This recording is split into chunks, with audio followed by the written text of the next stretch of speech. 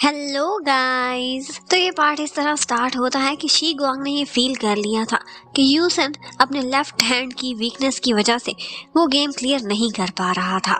Actually वो game इस तरह से खेली जाती थी कि जिसमें दोनों हाथों की अच्छी सी कोऑर्डिनेशन हो। ऑल्दो उसने उसकी वीकनेस तो फील कर ली थी, लेकिन वो खुद को डाउन फील ना करे, इसीलिए उससे बोलने लगती है कि आपसे भी क्लियर नहीं हुई, मुझसे भी नहीं हो रही थी। ये लेवल वाकई बहुत डिफिकल्ट है। अब उसके बाद वो उसके फ्रेंड डॉक्टर फैंग से मिलती है और उससे कहती है कि इसने अपना कैरियर छोड़ दिया उस एक्सीडेंट की वजह से।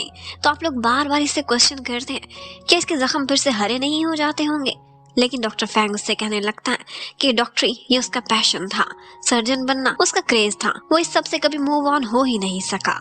उसे कोई याद कराए या ना कराए, ये सब उसकी रगों में दौड़ता है। और वाकई वहाँ हॉस्पिटल में जब वो अपनी छुट्टियां गुजार रहा था तो ये बात शी गुआंग ने भी फील की थी कि वो अमेजिंग डॉक्टर है। ना सिर्फ एक सर्जन अच्छा था, बल्कि वो डायग्नोसिस में भी सबसे आगे था। वो जिस तरह से बीमारी को पहचान लेता था और किसी में उतनी दूर की नजर नहीं थी। अब वो उसे चीयर अप करने के लिए कहने लगती है कि आप अपने काम में बहुत अच्छे हो तो मैं भी बहुत अच्छी हूँ, और आपने मुझे जो भी टास्क दिया था मैंने हॉस्पिटल के बेड पर भी कंप्लीट कर लिया है। जाकर उसको वही फाइल सबमिट करा देती है और उससे कहती है कि इसके बदले मुझे थैंक्स नहीं करना, बल्कि मुझे ये लेवल क्लियर करके दिखाओ। वो चाहती थी कि इसके हैंड्स की एक्सरसाइज होती रहे इसी गेम के थ्रू, ताकि इसकी कोऑर्डिनेशन बढ़ सके। अब वो उसे खेलते हुए देख रही थी और ऐसे प्रिटेंड कर रही थी कि ये बहुत मुश्किल लेवल है और मुझसे तो इतनी देर से क्लियर नहीं हो पाया था। इसी बीच वो उससे कहने लगता है कि मुझे ऐसा क्यों फील हो रहा है कि जैसे तुम्हारे डिस्चार्ज होने का समय हो चुका है और अब उसे वापस अपनी उसी रूटीन लाइफ में जाना पड़ेगा। एक दफा वो सैड होती है, लेकिन फिर सोचती है कि वीकेंड है, पहले मॉम से जाकर मिल आऊं। वो फोन पर उनसे बात करती है और उन्हें झूठ बोल देती है कि थोड़ी बहुत मेरे पैर में चोट आ गई थी, मैं हल्का सा सीढ़ियों से गिरी थी। और उसने यही फैसला किया था कि वो ट्रेन से जाएगी और आगे कैब पकड़ के मॉम तक पहुंचेगी।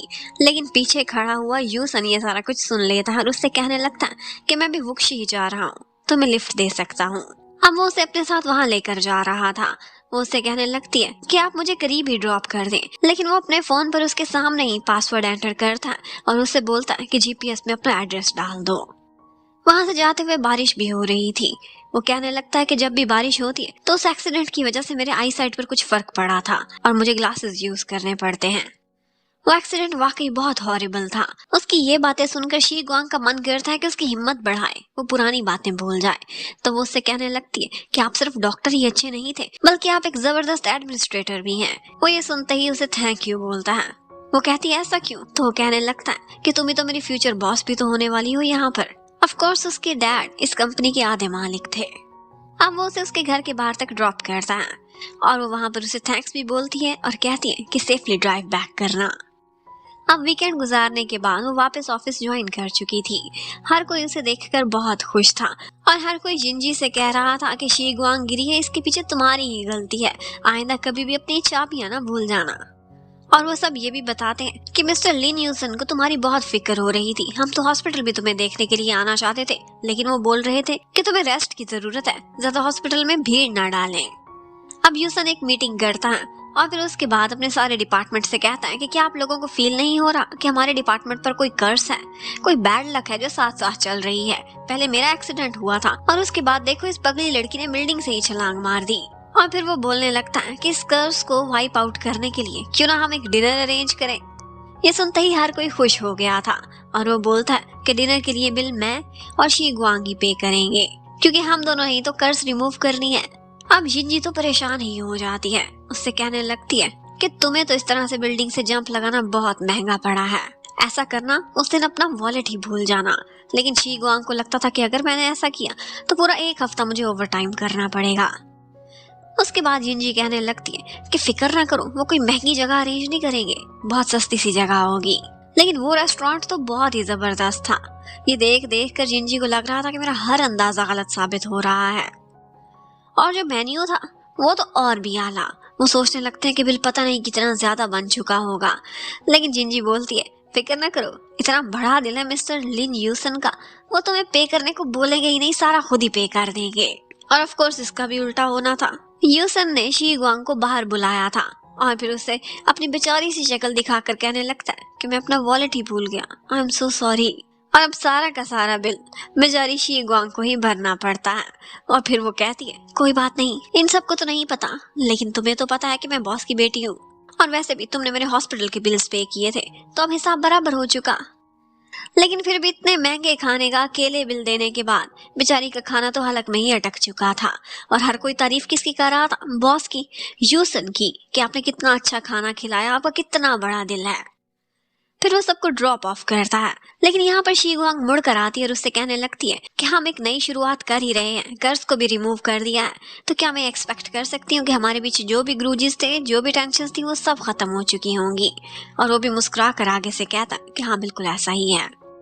दूसरी तरफ हमें जुआंग शू को दिखाते हैं। उसके बैंक में एक नई एम्प्लॉई आई थी जिसका नाम क्रिस था, और वो भी उसी की तरह से बहुत ही टैलेंटेड और एलोक्वेंट थी। लेकिन पहली ही मुलाकात में थोड़े ही दिनों में क्रिस को अंदाजा हो जाता है कि उसकी जुआंग शू से ज्यादा बनने वाली नहीं है। उसे लगता था कि जुआंग शू एक दोहरा इंसान है। उसके सामने तो कुछ नहीं बोलता, लेकिन उसके बाद अकेले में जाकर बॉस के कान भरता है क्रिस के खिलाफ। अब जुआंग शू को आज अपने एक फ्रेंड की कॉल आती है जो उससे कहता है कि 2 जनवरी को हमारी शादी है, तुमने जरूर आना है, सारे फ्रेंड्स आ रहे हैं, और पता है ना कि वादे के मुताबिक तुमने मेरा बेस्ट मैन भी बनना है। और बस इसी के साथ ही जुआंग शू को पुराना टाइम याद आने लगता है। हॉस्टल में सारे फ्रेंड्स थे और सब यही कह रहे थे कि जब भी किसी की शादी होगी तो हमने सबको इनवाइट करना है। इसके साथ ही जुआंग शू ने यह भी बोला था कि मैं तुम सबका बेस्ट मैन मान सकता हूँ, क्योंकि ऑफ कोर्स मेरी शादी सबसे आखिर में होगी। सब हैरान थे कि इन सब में से सबसे ज्यादा हैंडसम होने के बावजूद भी वो अभी तक सिंगल क्यों है। वो मन ही मन में सोचने लगता है कि हाँ मैं सिंगल हूँ और शायद काफी अरसे तक रहूं। किसी ने मुझे प्रपोज किया था, लेकिन उस वक्त मैं इस कंडीशन में नहीं था, उसके काबिल ही नहीं था कि उसे यस बोल सकता। इसका ये मतलब है कि वो आज तक सिंगल इस वजह से है कि वो भी शी गुआंग को लाइक करता था, लेकिन खुद को उसके काबिल नहीं समझता था। उधर यूसन बार बार शी गुआंग को ओवर टाइम के लिए रोक लिया करता था और खुद भी एक्स्ट्रा वर्क करता था। वो पूछती है कि हिसाब किताब तो बराबर हो चुके थे, तो फिर सिर्फ मुझे ही क्यों रोकते हो ओवर टाइम के लिए। वो कहने लगता है कि तुम बॉस की बेटी जो हो, आधा प्रॉफिट तुम्हारी जेब में जाता है, तुम्हारी अपनी घर की कंपनी है, ज्यादा काम करो ना, अच्छा लगेगा। और फिर उसके बाद वो उसे एक क्रीम देता है, कहता है कि इससे तुम्हारे स्कार्स जल्दी खत्म हो जाएंगे और तुम मुझे रिजेक्ट नहीं कर पाओगी। वो सोचती है कि इस बात के लिए रिजेक्ट, तो इतने में वो उसे एक शादी का कार्ड दिखाता है और कहता है जिस फ्रेंड की चीखने की वजह से तुम गिरी थी, ये उसी की शादी का कार्ड है, उसने तुम्हें भी इनवाइट करा है। अब उसकी फ्रेंड्स हर तरह से उस कार्ड को एग्जामिन करती हैं और उन्हें पता चलता है कि इसके ऊपर शी गुआंग का नाम यूसन के बाजू में लिखा गया है, लेकिन बाद में एंटर किया गया है। फिर भी वो उसे कहने लगती है कि कहीं लिन यूसन ने खुद ही तो ये नाम नहीं लिखा। पर शी गुआंग को उनकी बातों पर जरा भी एतबार नहीं था। अब वो थोड़ा बहुत सोचती है और फिर यूसन के ऑफिस में जाकर कहती है कि मैंने फैसला कर लिया है, आपके साथ इस शादी को जरूर अटेंड करने के लिए जाऊंगी। तो वो कहता है ठीक है, फिर रेडी रहना, न्यू ईयर पर दोपहर 2 बजे हम यहाँ से निकल जाएंगे। अब उसके बाद उसे अपनी फ्रेंड की कॉल आती है, वही फ्रेंड जिसकी जुआंग शू के फ्रेंड के साथ शादी होने वाली थी। वो भी उसे अपनी शादी पर इनवाइट करती है। उसकी शादी उससे अगले दिन ही थी, लेकिन वो कहती है कि एक दिन पहले आना है क्योंकि हम सारे फ्रेंड्स इकट्ठे हो रहे हैं और हमने मिलकर खुद ही डेकोरेशंस करनी है। लेकिन वो एक्सक्यूज कर लेती है, ये झूठ बोल करके मुझे बहुत सारा ओवर टाइम करना होता है। लेकिन इनफैक्ट ओवर टाइम तो नहीं, बल्कि उसने यूसन के साथ वो पहले वाली शादी अटेंड करने के लिए जाना था। यहाँ पर हमें ये भी पता चलता है कि शी गुआंग काफी अरसे से अपने फ्रेंड से बिल्कुल भी इन टच नहीं है। सिर्फ 2 ही फ्रेंड्स हैं जिनका नंबर उसके पास है, बाकी इधर उधर फैल गए, किसी ने ईमेल एड्रेस चेंज कर लिया तो किसी ने नंबर। पर वो हैरान थी कि ज्यादातर लोग ये क्यों सोच रहे हैं कि मैं अब्रॉड स्टडी करने के लिए चली गई थी, ऑल्दो मैं तो सिर्फ ट्रिप पर गई थी, मैंने ऐसा किसी को भी नहीं बोला था। अब फाइनली नया साल स्टार्ट हो जाता है और अपने साथ लेकर आता है बहुत सारी ठंड। शी गुआंग ने इतना sudden change of weather expect किया ही नहीं था, उसके पास ज्यादा गर्म कपड़े नहीं थे, तो वो एकदम 3-4 जैकेट्स पहनकर पैक होकर यूसन के पास आती है और कहती है कि शादी के टाइम पर उतार दूंगी, लेकिन अभी मुझे बहुत ठंड लग रही है। यूसन उससे कहने लगता है कि मैं लाइफ में पहली दफा किसी गर्ल को अपना कंपेनियन बनाकर किसी पार्टी में लेकर जा रहा हूँ, मेरा सर न झुका देना, चलो आओ मैं तुम्हें शॉपिंग कराता हूँ, कुछ गर्म कपड़े जो कि पार्टी के लिहाज से भी परफेक्ट होंगे। अब वो उसे एक शॉप पर लेकर आता है। ये स्टोर बहुत ही जबरदस्त था, लेकिन काफी एक्सपेंसिव भी लग रहा था। ये उसकी एक पेशेंट का था और उसकी पेशेंट कुछ सुनती भी नहीं है, बस तुरंत ही कह देती है कि डॉक्टर लिन पहली दफा एक लड़की को लेकर आए हो और तुम्हारी गर्लफ्रेंड बहुत सुंदर है। अब यूसन इनकार ही नहीं करता। शी गुआंग कहती है कि ये क्या था, मैं क्लियर कर दूं, लेकिन वो कहने लगता है कोई बात नहीं, क्लियर ना करो, यहाँ पर हमें डिस्काउंट मिल जाएगा। अब वो डिस्काउंट का सुनती है तो फैसला करती है कि चलो कोई बात नहीं, मिसअंडरस्टैंडिंग इतनी भी बुरी नहीं होती।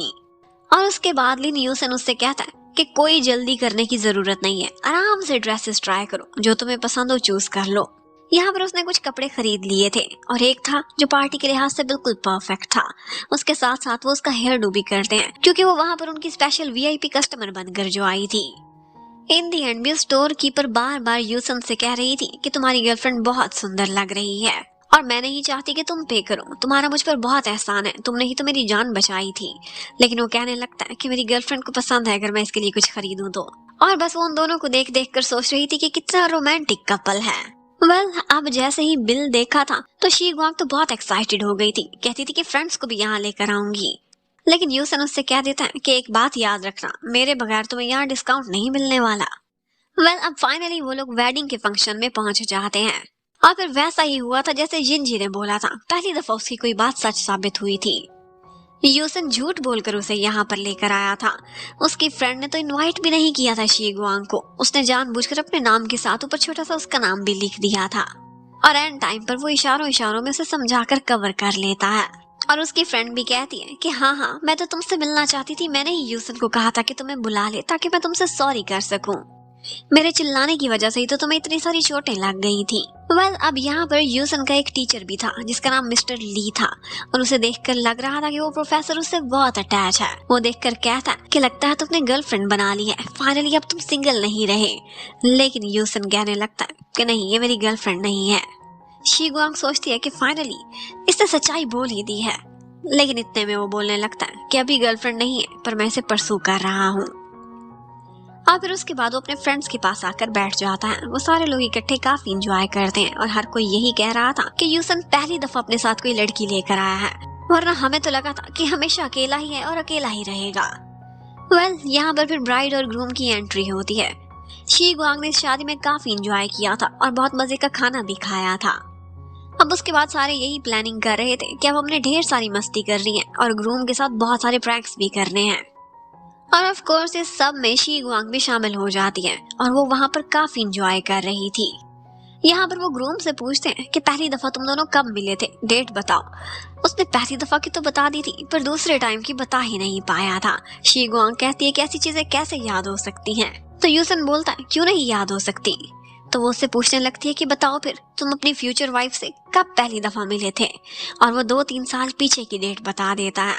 ये सुनकर लग रहा था कि शायद ये वही डेट है जब उसने पहली दफा शी गुआंग को देखा था, लेकिन शी गुआंग को तो पता ही नहीं था कि वो लोग ऑफिस से पहले भी कभी मिले हैं क्या। वो उसे इनडायरेक्टली जैसे हिंट तो बहुत सारे देता था, लेकिन शी गुआंग इतनी बुद्धू थी कि उसे कुछ भी समझ नहीं आती थी। अब वो लोग जैसे ही वेन्यू से बाहर निकलते हैं तो स्नोफॉल स्टार्ट हो चुकी थी। ऐसा मौसम देखकर उसका मूड बहुत अच्छा हो जाता है। अब वो लोग वापस जा रहे थे और नेक्स्ट डे उसने फिर से यहाँ शंघाई में आना था अपनी फ्रेंड की वेडिंग अटेंड करने के लिए। यूसन जाता है पार्किंग से अपनी गाड़ी निकालने को और उसे बोलता है यहीं पर वेट करना, पार्किंग थोड़ी दूर थी। अब वो यहीं पर ही खड़ी हुई थी कि यहाँ पर उसके सारे के सारे फ्रेंड्स उसे अचानक से दिखाई दे जाते हैं, जो कि इसी वेन्यू में उसकी फ्रेंड की शादी के लिए डेकोरेशन करने आए हुए थे। यहाँ पर जुआंगशु भी था और बाकी सब भी थे। वो सब उसे अचानक देखकर बहुत खुश होते हैं और उससे कहने लगते हैं कि तुमने झूठ बोला था ना, तुम ओवर टाइम कर रही थी, यहाँ क्या कर रही हो। जुआंगशु तो ये सुनते ही हैरान रह जाता है कि एक करीब के शहर में आजकल जॉब कर रही है, जबकि उसने तो रॉन्ग से ये सुना था कि ये तो अब्रॉड स्टडीज के लिए चली गई है। वो हैरान होकर रॉन्ग की तरफ देखता है कि क्या तुमने झूठ बोला था, लेकिन रॉन्ग इन सारी बातों को कवर करने के लिए बात को बदल देती है और कहती है कि इनफैक्ट सारे फ्रेंड्स इकट्ठे हो तो बहुत मजा आता है, ये वो बहुत सी पुरानी बातें करती है। और साथ ही साथ जुआंगशु की तरफ इशारा करके कहती है कि मैंने तो जिंदगी में अपनी खुशियां पा ली हैं, मैं चाहती हूँ कि शी गुआंग को भी जल्दी एक बहुत अच्छा जीवन साथी मिल जाए। उसकी इस बात का मतलब जुआंगशु समझ गया था। वो तुरंत ही उसे टोकता है कि जी रॉन्ग, ये तुम क्या कह रही हो। लेकिन उसकी बात तो सुनी अनसुनी हो गई थी क्योंकि वहां पर यूसन आ गया था। वो आवाज देकर शी गुआंग को बुलाता है और उसी समय शी गुआंग, जिसका दिल पूरी तरह से टूट चुका था, उसे अपने आंसू छुपाने की कोई जगह मिलती है तो वो यूसन ही था। वो दौड़ती हुई उसकी तरफ जाती है और अपनी आंखों के आंसू छुपा लेती है। यूसन ने सारा कुछ फील कर लिया था। शी गुआंग को बोलने की भी जरूरत नहीं पड़ती थी, वो उसकी आंखों को पढ़ लिया करता था। वो ऊपर आता है उसका हाथ पकड़ के और सबको बताता है कि मेरा नाम यूसन है और सॉरी, इसने वाकई ओवर टाइम करना था, ये तो मैं इसे ड्रैग करके अपने साथ ले आया था, मेरी एक फ्रेंड की यहाँ पर शादी थी। अब सबको देखकर यही इंप्रेशन जा रहा था कि ये दोनों गर्लफ्रेंड बॉयफ्रेंड हैं। उसकी फ्रेंड्स कहती हैं कि अभी 6 महीने ही हुए ग्रेजुएशन को, तुमने इतना हैंडसम लड़का पटा लिया, वाओ क्या बात है। और जुआंग शू ये सारा कुछ देखने के बाद बहुत ज्यादा जेलस होता है। वो तो बस कोई बहाना करता तुरंत ही वहां से निकल जाता है और रॉन्ग भी उसके पीछे पीछे चली जाती है। और फिर एक एक करके उसके सारे फ्रेंड्स चले जाते हैं और जाते हुए ये भी कहते हैं कि कल अपने बॉयफ्रेंड को भी शादी में जरूर लेकर आना। अब उन सब के जाने के बाद यूसन कहने लगता है कि हमारी कार तो ब्लॉक हो गई है, हम अभी यहाँ से वापस जा भी नहीं सकते, और वैसे भी जितनी हंसती मुस्कुराती मैं तुम्हें शंघाई में लेकर आया था, इस तरह से सैड फेस से वापस नहीं लेकर जाऊंगा। आज हम बहुत सारी मस्ती करेंगे। बोलो तुम क्या करना चाहती हो? नाइट व्यू देखना चाहती हो, ड्रिंक करना चाहती हो, या फिर गेम्स खेलना चाहती हो? जितना चाहे फन करो, आज तुम्हें खुली छुट्टी है। और अपना वॉलेट उसे दे देता है। और उसकी ये बात सुनने के बाद शी गुआंग के फेस पर स्माइल आ जाती है और वो कहती है कि आज मैं सारी मस्ती करना चाहती हूँ। और बस वो उसका वॉलेट लेकर आगे आगे जा रही थी और उसके पीछे पीछे के यहीं पर ये पार्ट खत्म होता है। Thank you for watching, bye bye.